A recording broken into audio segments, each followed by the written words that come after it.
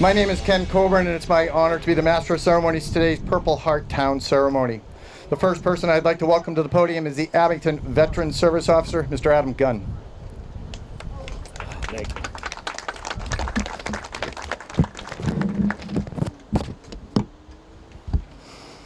Hello, and thank you all for being here today as we remember and honor the many sacrifices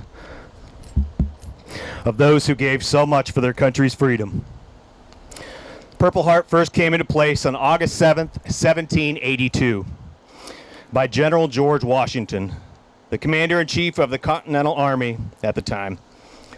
It was originally known as the Military Badge of Merit, and it was awarded to 3 Revolutionary soldiers in 1783. The Purple Heart is a U.S. military decoration awarded to those who were wounded or killed in action, and is the oldest military award still given to members of the United States military.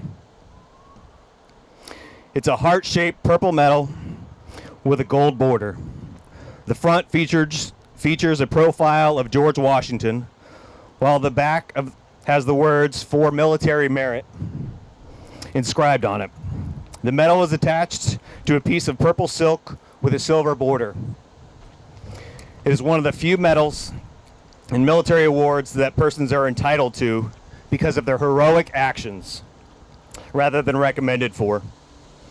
The observance of National Heart Day began in 2014, and today, with this simple gesture we're here to commemorate, we're doing something significant for this community.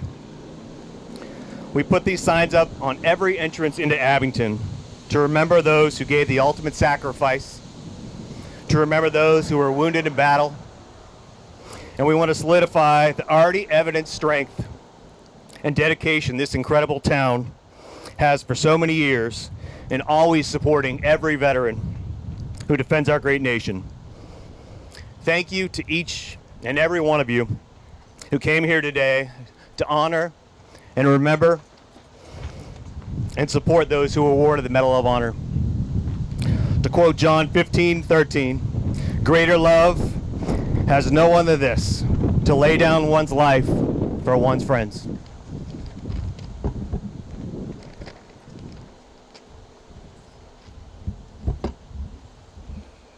Now, if you're able, I invite you to stand for the Pledge of Allegiance led by Troop 41 Scouts, the National Anthem, and the invocation led by the Reverend Dr. Christy Coburn.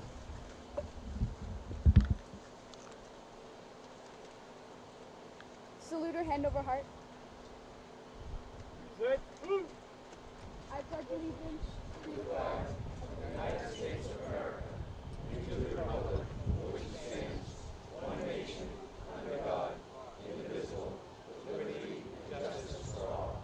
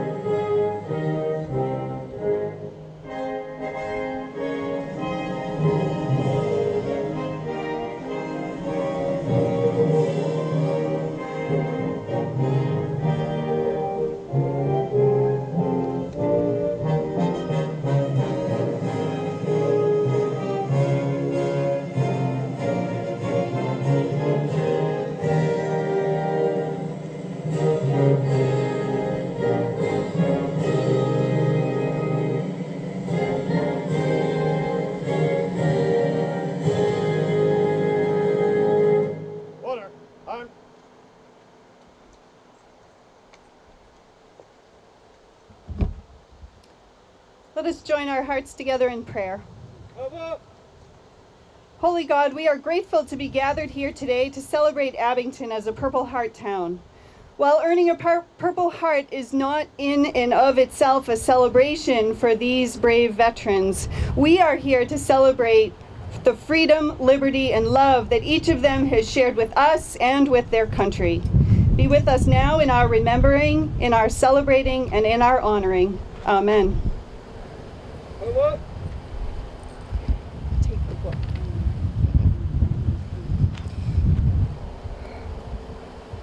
Next, I'd like to welcome to the podium, share some thoughts and remarks, the Senator John Keenan.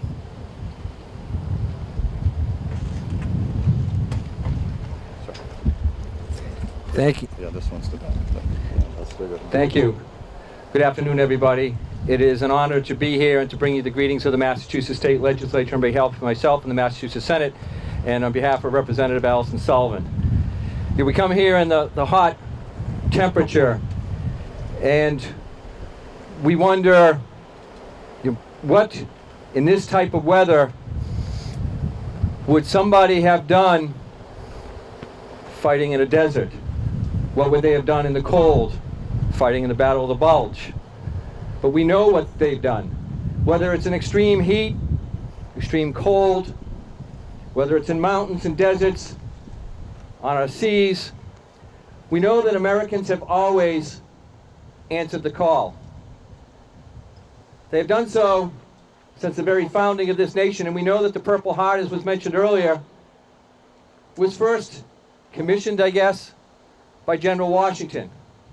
He recognized that in giving yourself in battle, there is an honor, and that honor should be recognized from that moment forever forth. So we come here today, all these years later, to recognize all the men and women who have put on the uniform of our nation, all the men and women of this great town of Abington, who have been willing to go off to the four corners of the world, to dedicate themselves and to give of themselves for the cause of freedom. It is only fitting that we come here to honor them. And when you look at our history, the history of this nation, when we have gone off to battle, we have not gone off to battle to conquer lands, to bring back gold, to bring back riches. We have gone to the four corners of this world to support the freedoms that we have here, to fight for the freedoms that we have here, and to stand up for freedom all across the world. Right now, the world is certainly in a challenging time. We have the war in the Ukraine, and the consequences of that war are being felt all across the world. Today we read about grain finally coming out of that country and going places to help feed people. So we know the consequences of war in the bigger sense. It can be famine, it can be starvation, and we know that war leads to death and to harm. But we do it, unfortunately we have to do it, because we know it's necessary. Again, it's necessary to defend freedoms here and abroad. It's necessary to make sure that people have food here and abroad. To make sure that people have dignity here and abroad. That people can live a life where they enjoy freedom. It hasn't been easy over all these years. It's been truly a challenge. And I'm not so sure that we've mastered that challenge, because wars continue to happen. But here in America, one thing is certain, that when the call goes out to defend those freedoms, Americans respond. And they respond in ordinary ways and incredibly heroic ways. Not all those that have responded have come home. Many of those that have come home have borne the burdens of war for the rest of their lives. A Purple Heart is a recognition to those that have gone above and beyond. Those who have put themselves in harm's way for their fellow soldiers, for their country, and for the cause of freedom. Abington does such an incredible job in thanking them, not only today, but always. So to those in Abington who have received the Purple Heart over the years, thank you so much. For all, this gentleman raises his hand there. Thank you, sir. Round of applause. Thank you for your service and thank you for your sacrifice. It's only fitting that when gentlemen and ladies come home from across the world that we recognize them. We do that today. We will do that always. Abington has always done that, and we are so appreciative. So thank you all very much for the invitation to be here. Please stay cool, and may God bless the United States of America.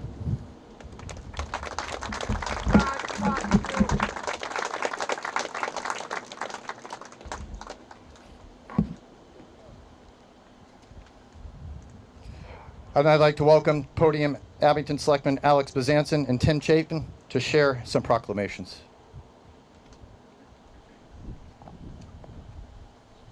This one. Yeah. You go.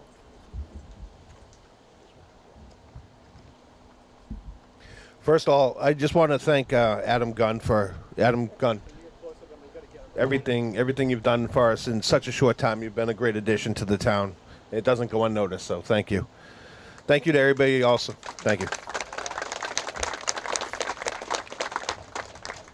I also want to thank everybody for showing up today. I know it's not easy to stand out here, but it's definitely for a worthwhile cost, so thank you. The town of Abington makes a proclamation, Purple Heart Community, whereas the people of Abington, Mass. Have great admiration and the utmost gratitude for all the citizens of our community who have selflessly served in the armed forces that has been vital in maintaining the freedom and the way of life enjoyed by our citizens. And whereas the citizens of our community have been killed in action while serving in the armed forces and have been posthumously awarded the Purple Heart for their ultimate sacrifice.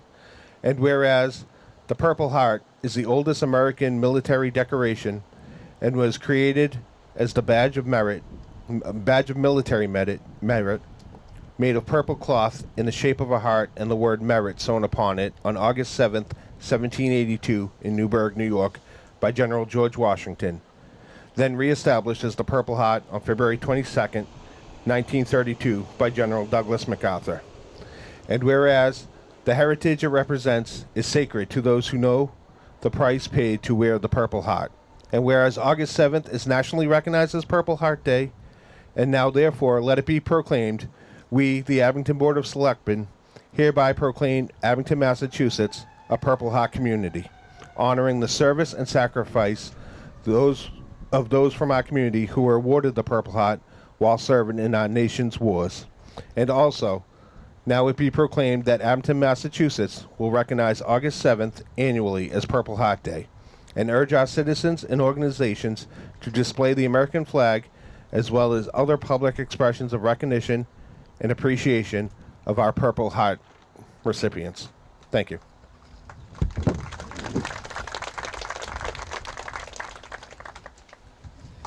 Thank you all. It once again gives me great pleasure to stand before you to honor our veterans. Last month we honored our Korean War veterans of Abington along with my own father. And now we honor the Purple Heart recipients. Many of my own family served our great country in several wars. I have family members who grew up right here in Abington, who went to Vietnam and earned the Bronze Star and the Purple Heart. So, as chairman of the Abington Board of Selectmen, it really gives me a great pleasure to invite Mr. Ricky Franny up here for a proclamation.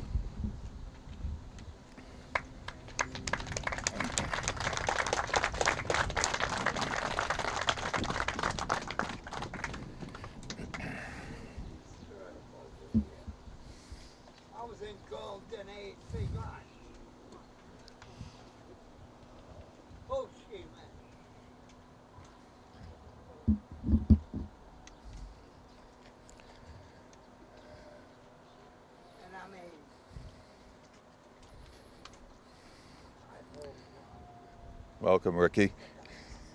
Great to see you. Thank you.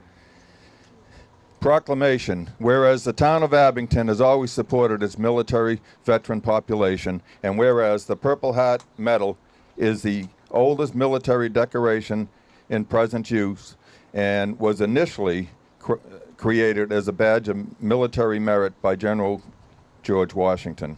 Whereas the Purple Heart Medal was the first medal first award made available to the common soldier is specifically awarded to members of the United States Armed Forces who have been wounded in combat or paid the ultimate sacrifice. Whereas the mission of the Military Order of Purple Heart is to foster an environment of goodwill among combat wounded veterans and their families, promote patriotism, support legislative initiatives, and most importantly, to make sure that they are never forgotten for their sacrifices. And whereas the town of Abington appreciates the sacrifices of all our military veteran, combat veterans, Purple Heart recipients, and their families for the sacrifice that they have made in defending our freedoms, and want to express and honor them. Whereas Richard L. Franny was in the United States Army from July 1965 to July 1968, he received 2 Purple Hearts after being wounded while serving in Vietnam. And whereas Richard L. Franny is being publicly honored, recognized, and commended for his commitment and devotion to the town of Abington, the Abington Board of Selectmen offers its deepest appreciation for his dedication and service to the community and the country. Now, therefore, we, the Abington Board of Selectmen, officially proclaim that your birthday, the 6th of March of every year, will be Rick Franny Day in Abington. Thank you. Thank you. Thank you very much, Ricky.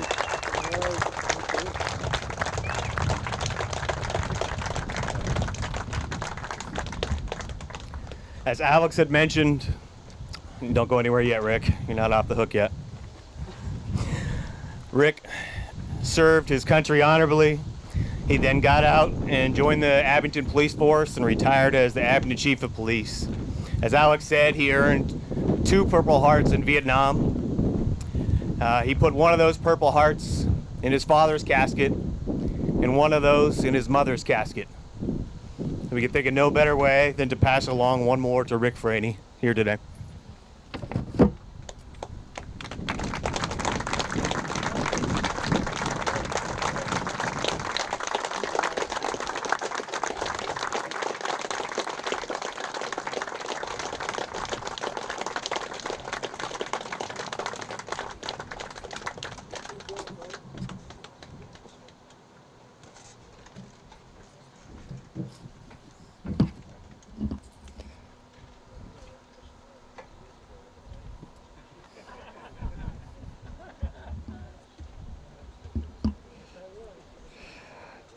Now I'd like to invite the Reverend Dr. Christy Coburn back to the podium to share some thoughts.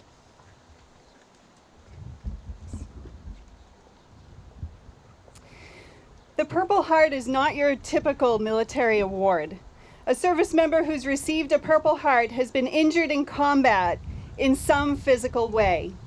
A service member who receives a Purple Heart has been physically hurt while fighting an enemy and working to preserve peace. That means living with a scar, that mark that remains even after a wound has healed. The scars with which our Purple Heart recipients live may be physical. Maybe there's something visibly wrong with the outside of the body, or maybe something on the inside, like a piece of shrapnel or a bullet. But these scars hold more than just a physical reminder of a wound. They're also an emotional reminder of all that the service member has been through. They're a spiritual reminder of how the service member's faith helped him or her through a difficult experience. They're a psychological reminder of the pain of war that our veterans know all too well.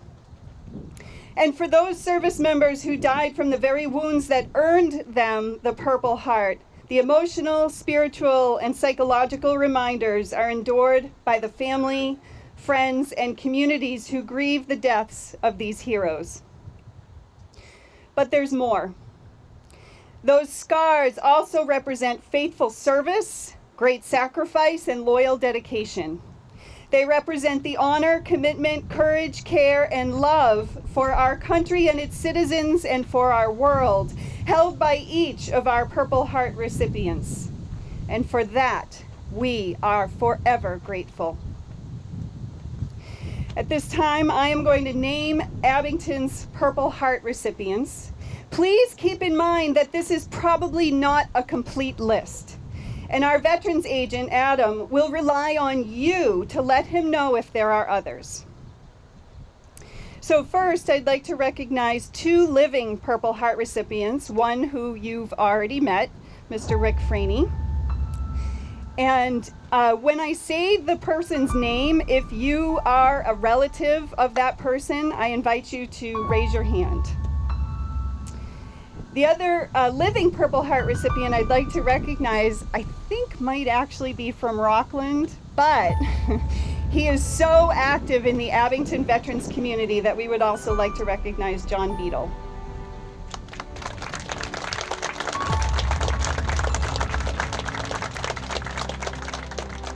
Now, I'm going to recognize Purple Heart recipients who survived their injuries but have since died. So again, when you hear your loved one's name, I do invite you to raise your hand.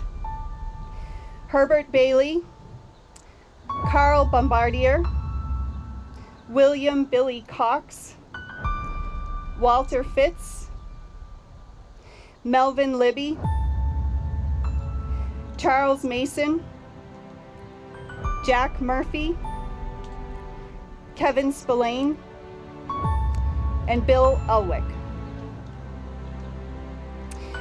And lastly, but in no way least, I'd like to recognize those Purple Heart recipients from Abington who were killed in action. And again, when you hear your loved one's name, I invite you to raise your hand. From World War I, Edgar D. Bascom, Lloyd E. Crossman, Louis V. Dorsey, Robert B. English, John J. Mahoney, Charles E. Murphy, and Charles S. Myers.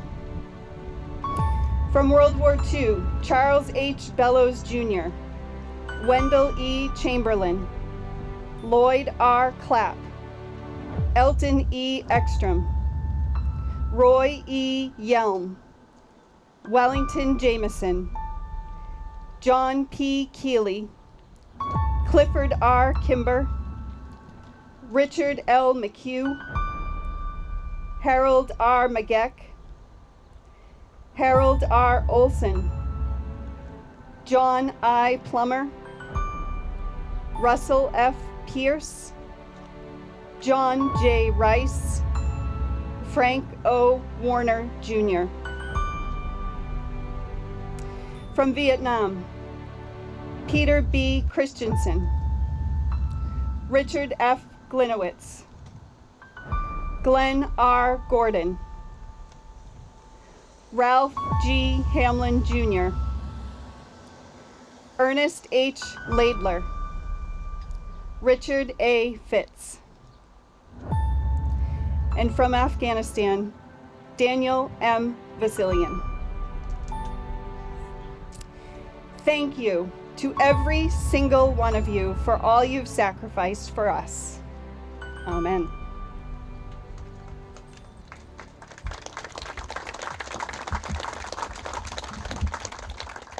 At this time, our Veteran Service Officer, Adam Gunn, will unveil the first Purple Heart Town sign.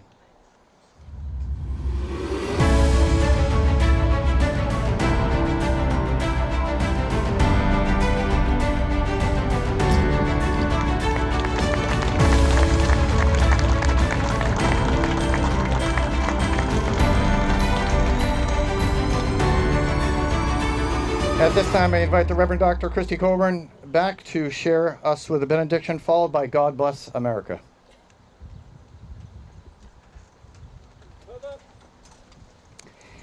I invite you now to go in peace and live a life worthy of the sacrifices made for you. Give thanks daily for the brave men and women who we have named here today, and the many more who are out there in our country. And may God bless you and keep you today and always. Let us join together and say, Amen.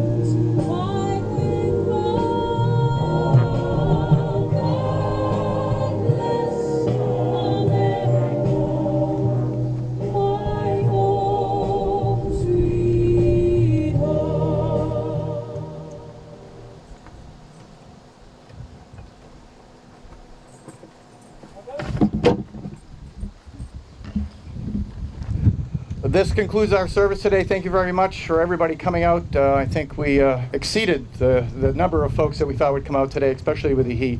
Thank you very much, and God bless.